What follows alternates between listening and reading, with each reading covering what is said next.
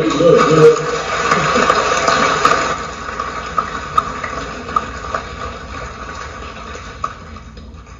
I'm not sure how you follow all that, I'll tell you right now, but I'm going to talk to you a little bit about what we did in operations during the period of time when I was the operations officer.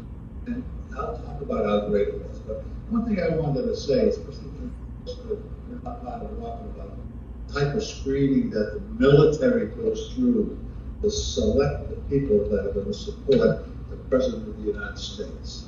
The investigations they go through, all of these folks here to get their clearances. In addition to that, they're investigated by the CID and everybody else. Be sure they had no other affiliations that would embarrass the President of the United States. So all that screening is what you see here are these people that are part of the White House communications. Not only that, but they're all experts in their fields. We have people here who know more about electronics than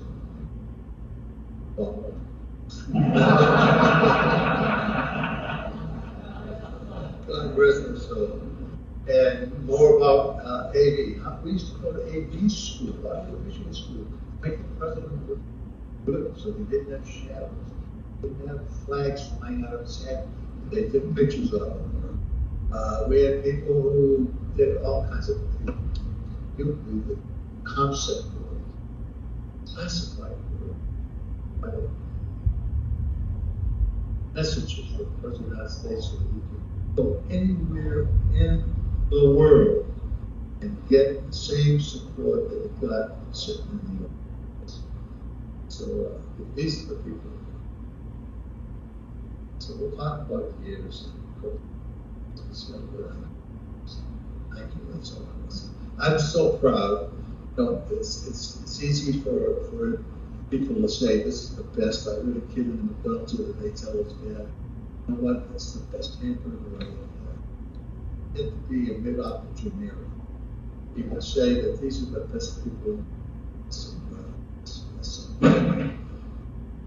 These are the best. Thank you.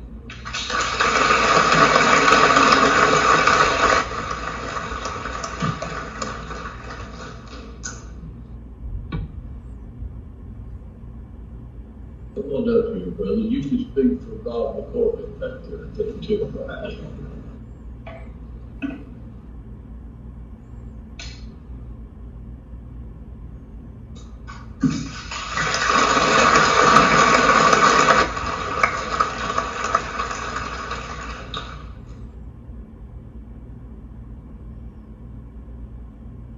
I'm not going to do like Larry. I'm going to pull out something so that I make sure that I say what it's the real, okay?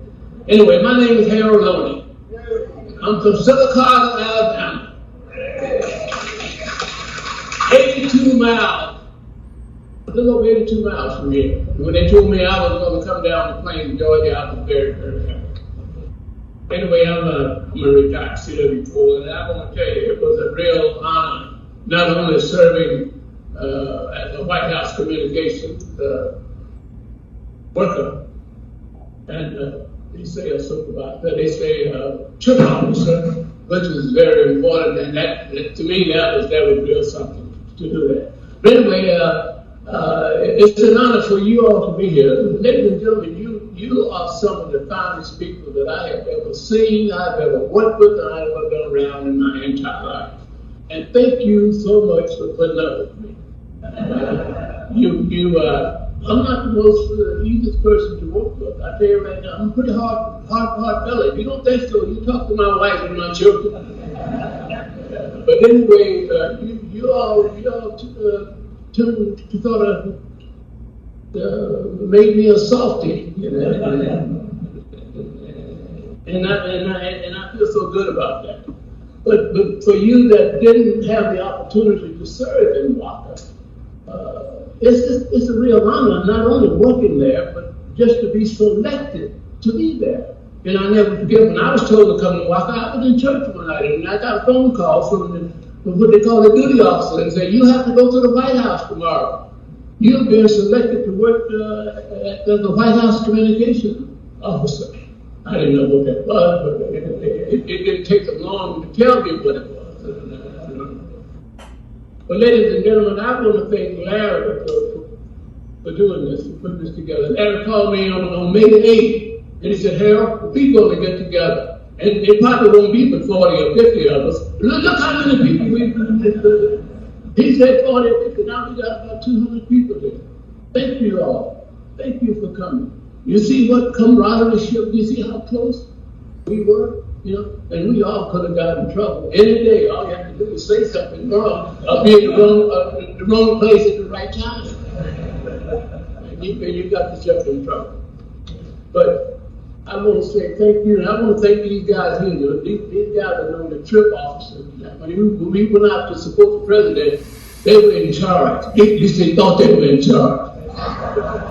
They were just a figurehead. All they had to do was do something wrong, and they'd be in Timbuktu in about 2 weeks.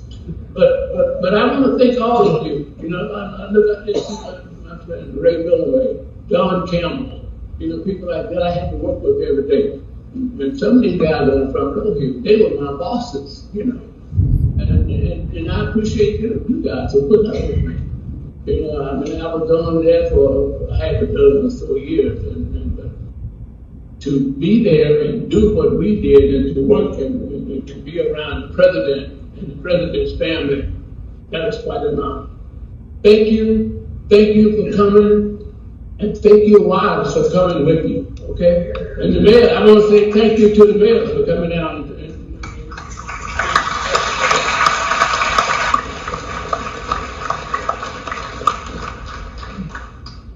I didn't tell you this, but I'm 82 years old.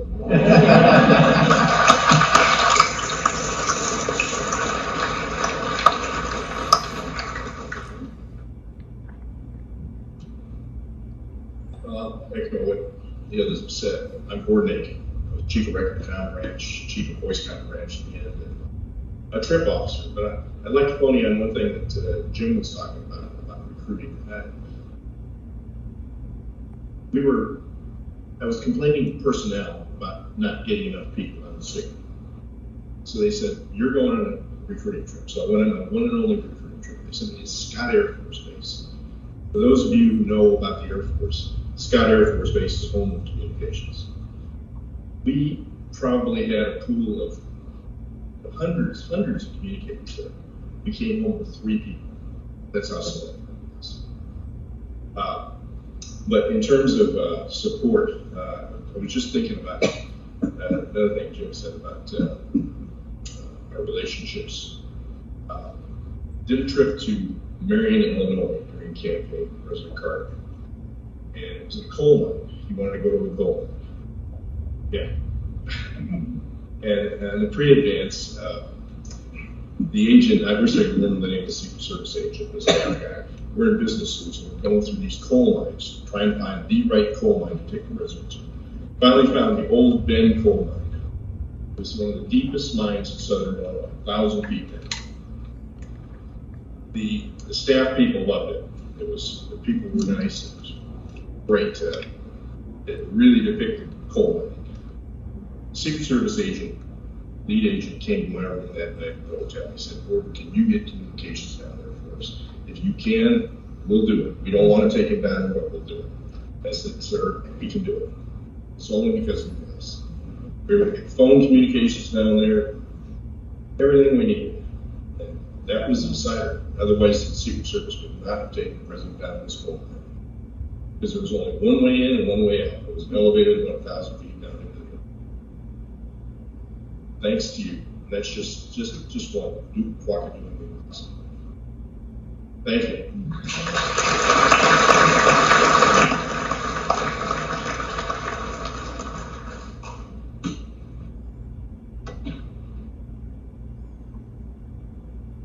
My name's Glenn White, and I'm not as old as Harold.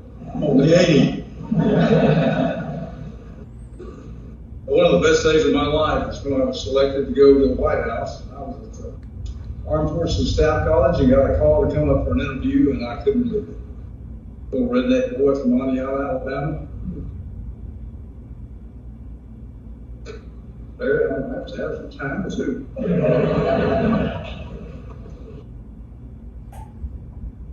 One of the things I feel so humbled to be around most of you, because I was pretty much a youngster for some of you getting to walk. I didn't get there until interviewed under President Carter, but clearance was done a year like yours did.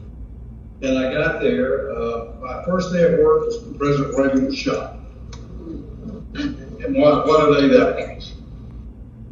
That was awful, but the good thing that came out of that, and I don't say this to many people, but there were some good things that came out of it. My WACA, I was in the plant shop, and our WACA budget tripled the next week.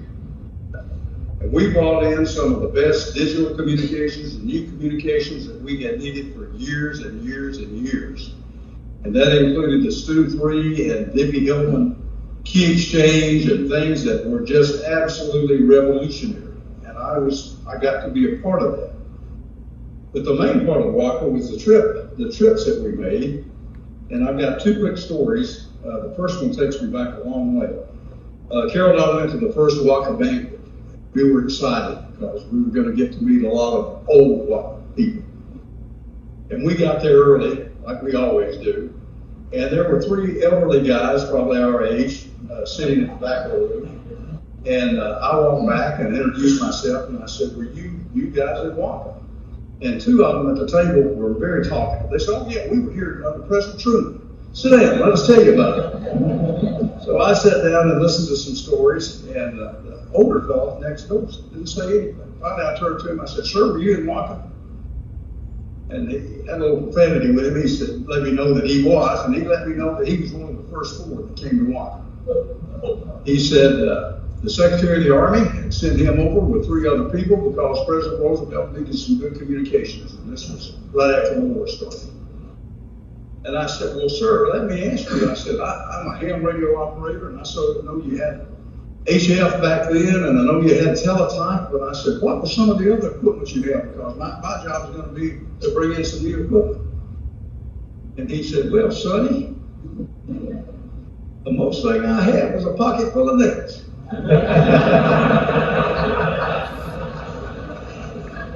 I figured, here comes a joke, you know.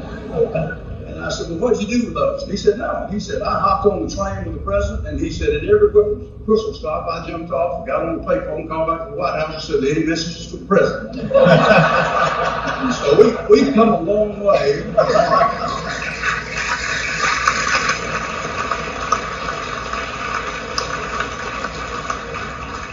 The most I ever learned in WACA, which kept me through the rest of my career, were through the NCOs and the warrants. And I took one trip to, I guess it was to Chicago. One of my first trips to Chicago, and I was really nervous. Then I got sent out to do the underground sites. You know, we had a lot of underground sites back then. We had to have those set up before the president would go. So I called, got set up, went out, went down the staircase, pressed the button, got in, and it's fixed. There was an old fellow in there, and I think he worked for FEMA at the time. I said, "I'm here to brief you and put in a phone." He said, "Put the phone in." When I put the phone in, I said, "Now, the president's going to be in Chicago between 10 a.m. and 3 p.m. And if this phone rings, that means the president's coming here and the party with him, and there's about 28 in his party, and so be ready to." He said, "I know all that." He said, "You guys have been out here before." He said, "But I don't want you to do me like the last fella did me." I said, "Well, who was the last fella?" He said, "Mr. Looney, you know him?" I said, "I know him. I mean, he's a good guy." He said, "Well, he told me all the things you told me." He said, "I got in here early. I sat down next to that phone. My heart was beating." He said, I was just the most nervous day I ever had in my life." And he said, about an hour into the trip, that phone rang. He said, my heart went to my throat. He said, I could hardly pick up that phone. And he said, I reached over and picked it up, and I said, "Hello?" Mr. Looney said, "Did I leave my umbrella out there last night?"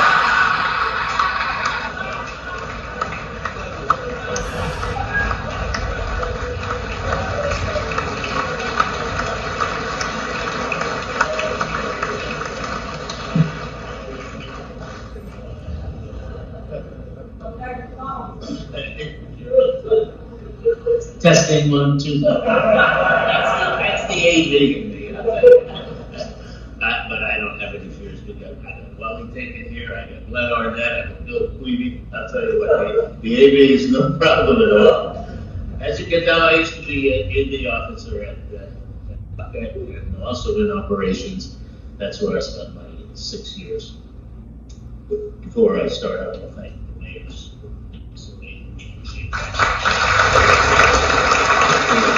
We consider you part of it. You lived through those years, and we appreciate what you've done.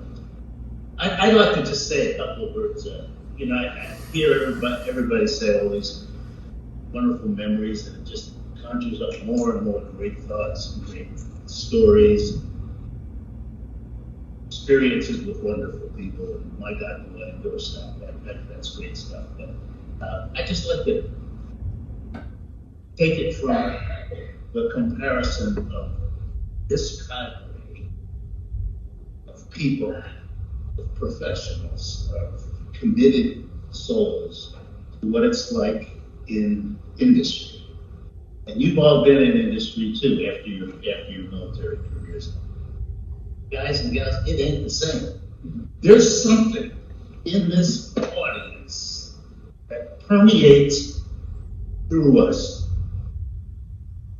It's the camaraderie for sure, but it's the commitment, it's the trust that you have when you tell a radio guy, I need to go into a cage to get communications. You tell him and you forget about it because you know it's going to happen.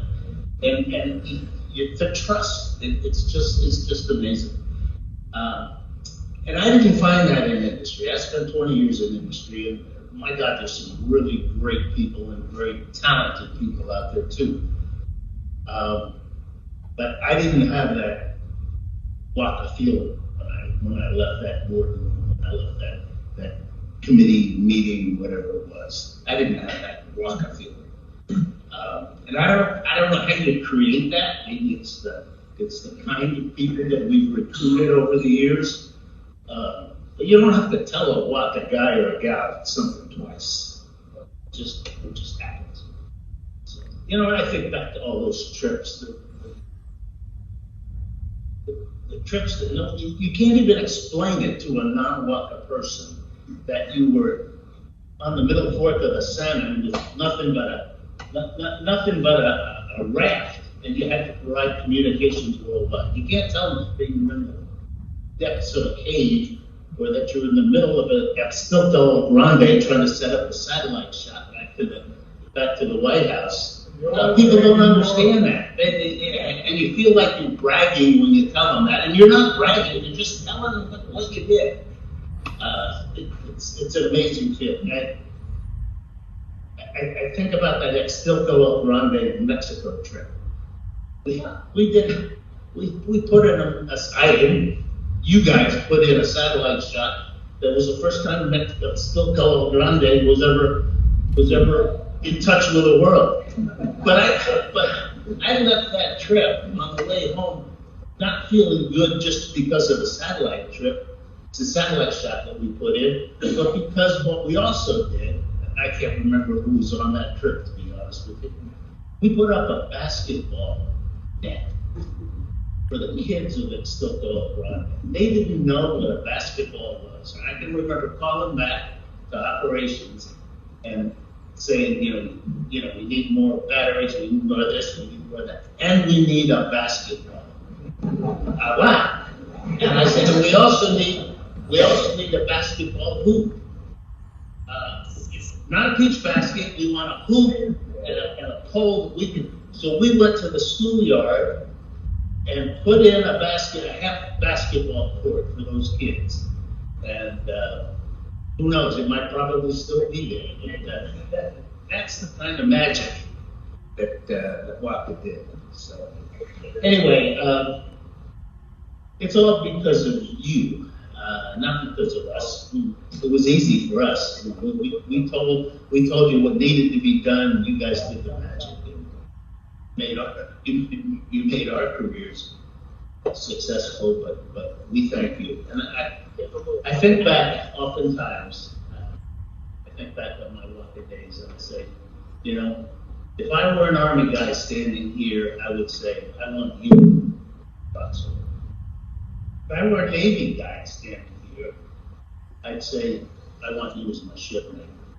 I'm an Air Force guy standing here, and all I can say is I'm glad you were like the pilots.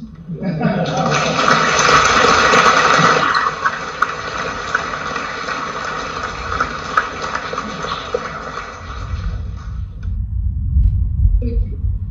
Very, very touching. I want to ask, one person that's here that we haven't recognized because he can't be in condemnation, but I think I want Kim to stand up just for a moment. You're going to speak to us, but now this is Kim Fuller, but she's actually Billy Carter's oldest daughter, right? Now you can say that.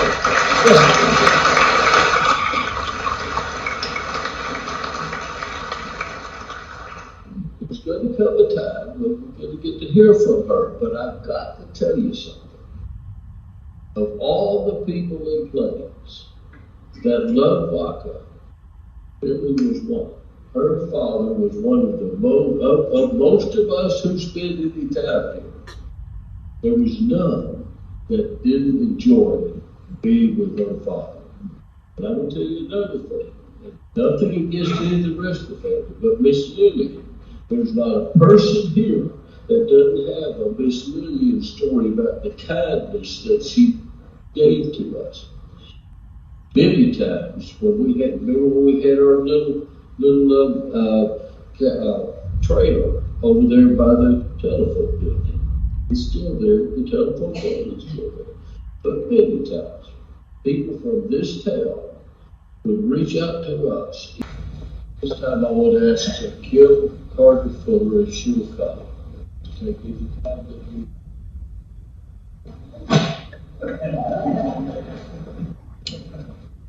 Tell a retired school teacher that she can. Yeah, we talk together, Lee and I did. I just want to bring you a welcome from the Friends of Jimmy Carter National Historical Park. I'm the executive director, but I also want to bring you greetings from someone as a young woman who lived in a house that all of you who served during that time helped to outfit. And I remember that very, very strongly. And I also remember the day, and I told this story, I think, Larry, the day my youngest brother picked up that red telephone and somebody on the other end, it was around Christmas time, Earl started asking Santa Claus what he could get for Christmas. And whoever was on the other end of that phone was playing as if they were Santa Claus. So Earl's face, my mama was having a nervous breakdown in the background trying to wrestle the phone away from him, but Earl was talking to Santa Claus. So thank you. I want to thank all of you for your service also. And my daddy did love all of you. He loved you very, very much. And I'm going to get emotional too. And my grandma loved you too. And I just have to say this for all the young women in Plains. You know, we were in love with the Secret Service, and we were in love with all of you too. So y'all were, some of you may have been a fantasy. I don't know. But as I said, I'm the director of the Friends of Jimmy Carter, and after I retired from teaching school, it was time to find something else to do. And this job was a good job. I was on the board of directors for the Friends group, and then we decided we needed an executive director, and I became that. But what we do is we help the national park when they have a project that they need some help with. The Friends step in and, to the best of our ability, do that. We help them do some things that the federal government does not give them money for. And right, Jill? So we're able, and we're very blessed to do that. But we also help to maintain and support downtown. And we own the Buffalo Cafe. I think some of you have eaten there. We own the Inn and Antique Mall. We own the Billy Carter Service Station, which is a museum now for Daddy. So if you go in there, all of that in there belongs to my mama still, and she's very grateful that there's a place to store it. So, because my daddy saved everything, and it's all there. And just various things around town that we're able to keep up. So I'm very blessed to be in that that position. Uncle Jimmy still calls and tells me, if I'm doing something wrong, he'll tell me.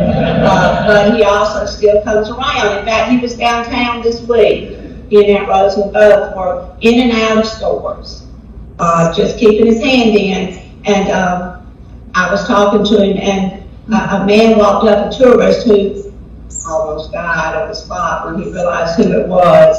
And he had a Vietnam vet hat on. And Uncle Jimmy asked him, he said, "Are you a veteran?" He said, "Yes, sir, I am." And he said, "Well, what branch?" He said, "I was in the Navy, sir." And just that smile on Uncle Jimmy's face, that same smile was there. And he said, "Oh, I was in the Navy too." And he said, "I know that, sir. I know that." But thank y'all for coming, and I admire each and every one of you for the job that you've done and the service that you've given to the country. And just remember that some of y'all were really hot back then. Y'all still hot now. And that, there are girls in town that are in love with you. We kind of split it up between y'all and the Secret Service. You're in good company, though. So thank you so much for being here. Would you come up here, young man? But let him bask in the sun. Most of the people here were on the people that wanted to go on the raft.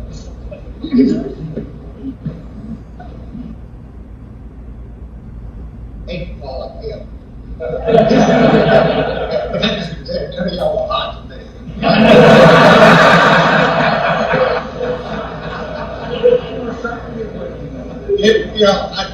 I no longer live in Plains, but I'm from here. I graduated from that stage in 1969. Then I ran off to Atlanta. But it's always wonderful to come home and see friends, relatives, and folks here in the Plains. I just got to tell you, being in here for the last 2 hours and listening to all of it, I feel like I'm coming home for the second time. This is just wonderful. So, tell you what I'm going to do. I'm going to reverse the protocol on these dignitaries.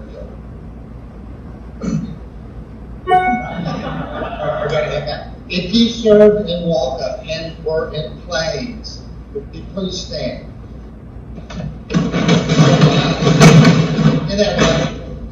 If you were in Walker but did not serve in Plains, please stand. You can keep standing. Do you know where Altoona, Alabama is? Altoona? Yeah, my mother's Walker Grove. Yeah. All right. What about now? Spouses or partners? Please stand.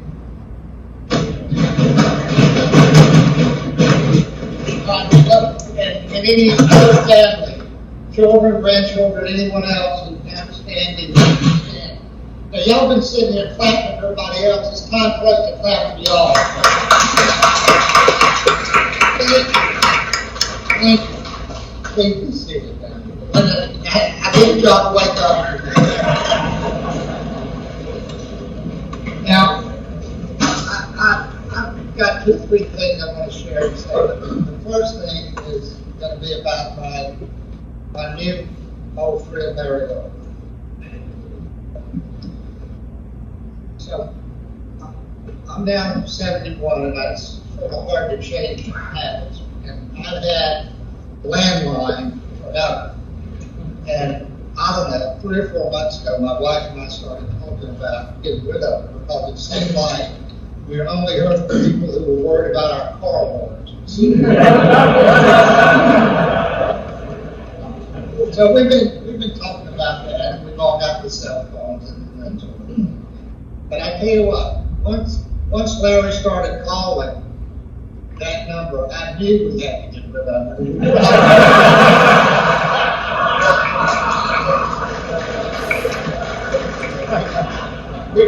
We dropped it 2 months ago, but not only saved me $100 a month, but we got rid of Larry for a little while. and then he got my cell number. So. But Larry and I had a great time during the planning of this, and I personally am just so happy to see all of you here in Plains. and to be able to express my thanks for everything that you did to support President Carter and his staff and family, and recognize that as much of a commitment and hard work as you did for him, you do for every president who goes in that office. That is the kind of dedication that is so important now to the future of our country. There are two male figures in my life that had huge impact. One is my dad, P.J. White. I don't know if any of you remember him. Dad kind of wanted to be in the thick of everything. And the other one, of course, was President Carter. And I thought about both of them in terms of football. My dad served in the Sea Leagues in the Second World War, was in the Pacific. He helped build airstrips. Solomon Islands. He was on the Bougainvillea, and he helped build the airstrip at Siggy Point. And from an early age, he taught me the slogan of the city: "It's can do." And President Carter, my Sunday school teachers, instead of they can follow what he taught me. In submarine schools. They call themselves the silent schools. Well, you know, and I know this is going to sound a little ironic given that communications is an organization today, but you're the can-do silent service.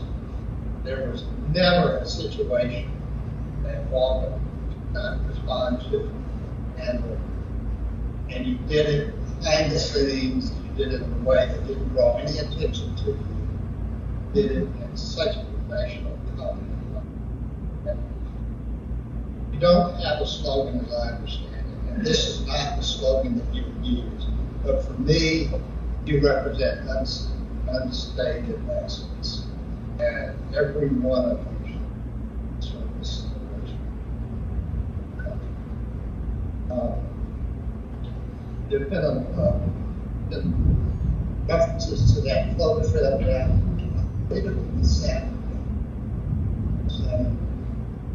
And it was a 2.5 day trip. There were 2 overnights, I believe. I remember it for 2 weeks. I'll give you the second one in a minute. The first one was I was in that photograph with the Carters and 2 of their children. And for some reason, they decided they wanted to have a fly fishing.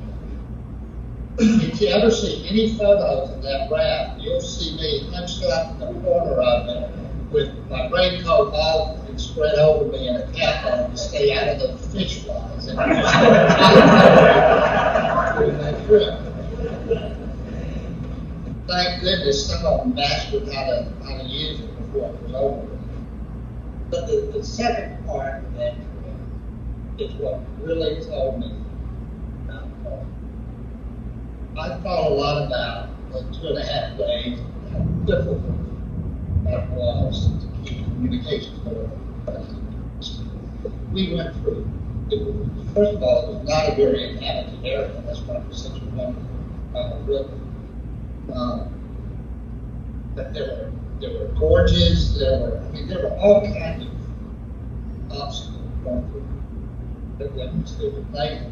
And so when it was over, and I can't remember who I said this to, it may have been you, but I came up to someone at a walk when the trip was all over, and I apologized. I said, this had to be so difficult. I'm sorry we had to put you through all of this in order for Carter to go to Cecil Andrews and careers opportunity down the river. And Jordan, whether it was you or someone else, they looked at me and said, well, you're crazy. We love doing it. I got 3 re-ups because that's what told me the golf was all about. You're a great organization. Great people. So happy to have you back in place for those who are coming more than once, and happy for those who are visiting. I want to thank you personally. Lessons that you taught me as a youth. Lord knows how many movies y'all had to try to get over the years. I was lucky in that I always realized how ignorant I was. I needed all the help I could get. But the dedication, caring, professionalism that you brought to your side. I've got all kinds of memories coming back. Every time I saw military age and that football,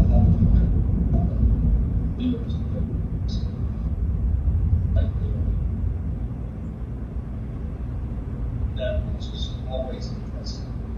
I'll tell you one more thing about this. I don't know how this. We were somewhere and I had no radio on, but well, I didn't even know my battery. And the next thing I know, some guy going behind my jacket and pulling my radio off of it.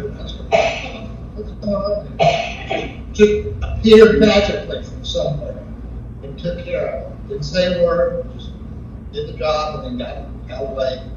That's how I did it. Never really checked it yourself. Never looked for praise. You deserve huge money. Thank you. Thank you. Thank you, family, for sharing your words.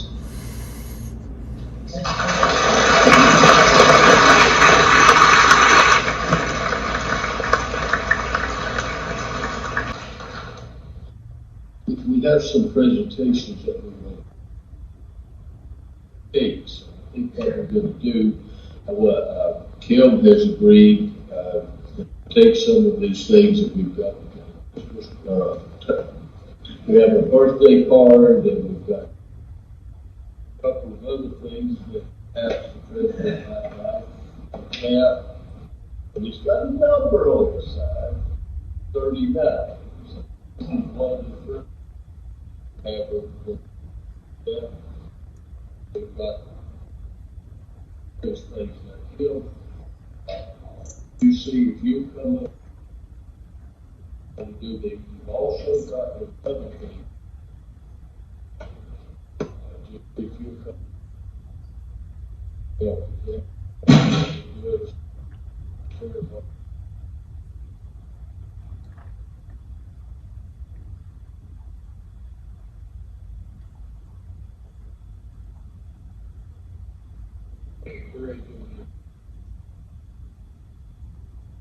Well, first of all, we've had a lot of good comedians here this morning.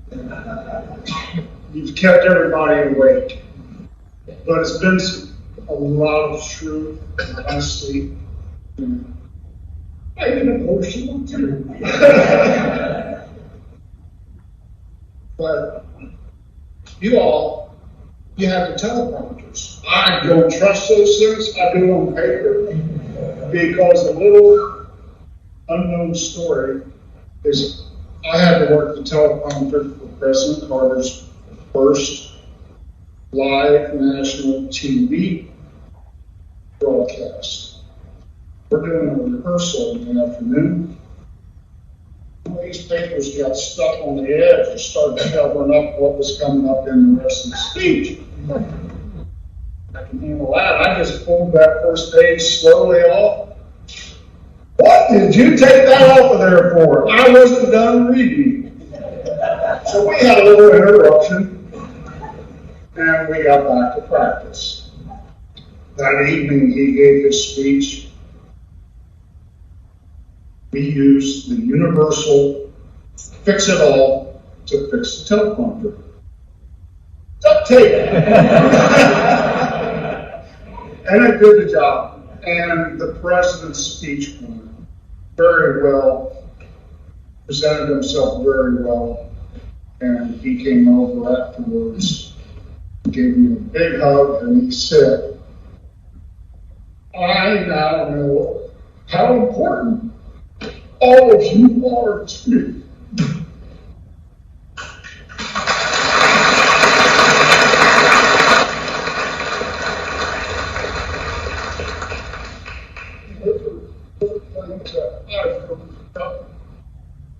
I've come here my life. So, bit about myself is I was in Walker from 1976 to 1980. And when I came to Walker, I was just a green 19-year-old country boy from a small town in Ohio, small like Plains, probably small. I was in the audiovisual department, and that allowed me a lot of close contact with President Carter. I'm an American Legion member of Post 217, Sydney, Ohio, and I urge all veterans, if they feel the urge, to please join their service organizations. They need our support. I am a member of the executive committee, our honor guard, our buddy squad, which goes to nursing home facilities and we visit veterans who are living in those places. And I'm also on our American Legion baseball committee. Our baseball committee, we were having a meeting and the discussion came up about the 100th anniversary of American Legion baseball. And that's going to be in 2025. And our committee decided to move forward, plans to put together a celebration to let the communities know more of what the American Legion organizations are about, because they do so much for the communities. And this stirred my curiosity, and I started researching to find out which presidents have played American Legion baseball.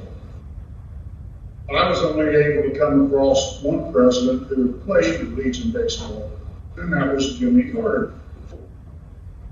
A couple of months later, then, I heard about the talk of our reunion here in Plains, and having some discussion with our committee, I thought, what do you get a former president turning 98 years old for his birthday? Something he never had, probably. So we decided that we was going to get two of our baseball jerseys, the home and away, red and blue, number 39. I was able to have the presidential seal made in a 4-inch diameter embroidery, 100% embroidery, and got that attached. This is all happening this week yet. It was coming down to the wire, but it all came together.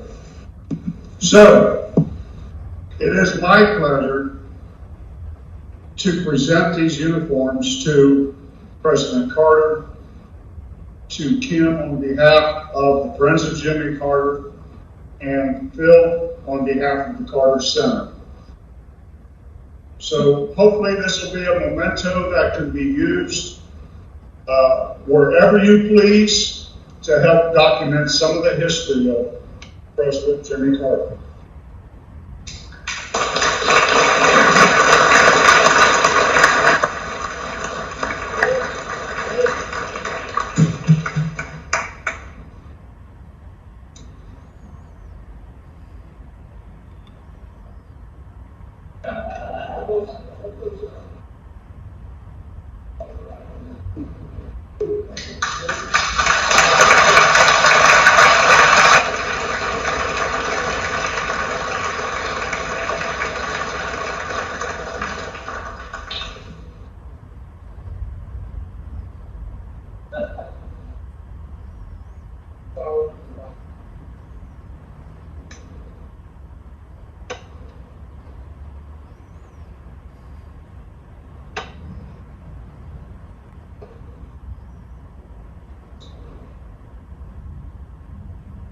I wanted to say one more thing, and I got distracted by my notes. My wife, Mary, and I got here in Plains at 9 o'clock yesterday morning. We didn't leave until after 6 or 6:30 last night. Yeah! We saw you in Buffalo Cafe. We had dinner there. Wonderful food. What I wanted to say is we spent the whole afternoon in that little short block going through the different stores and shops. Beautiful, gorgeous, the most friendly people you've ever known. We had the time of our life just walking through those little shops. You get the chance, please stop in, help support them. They went through some tough times because there's some new shop owners that just started right at the start of COVID. And the things that they've done in their businesses is wonderful. Airplanes, I know you were talking about supporting it. It's worth it. It is. I did. I had a son that also served in Walker, 2007 to 2011.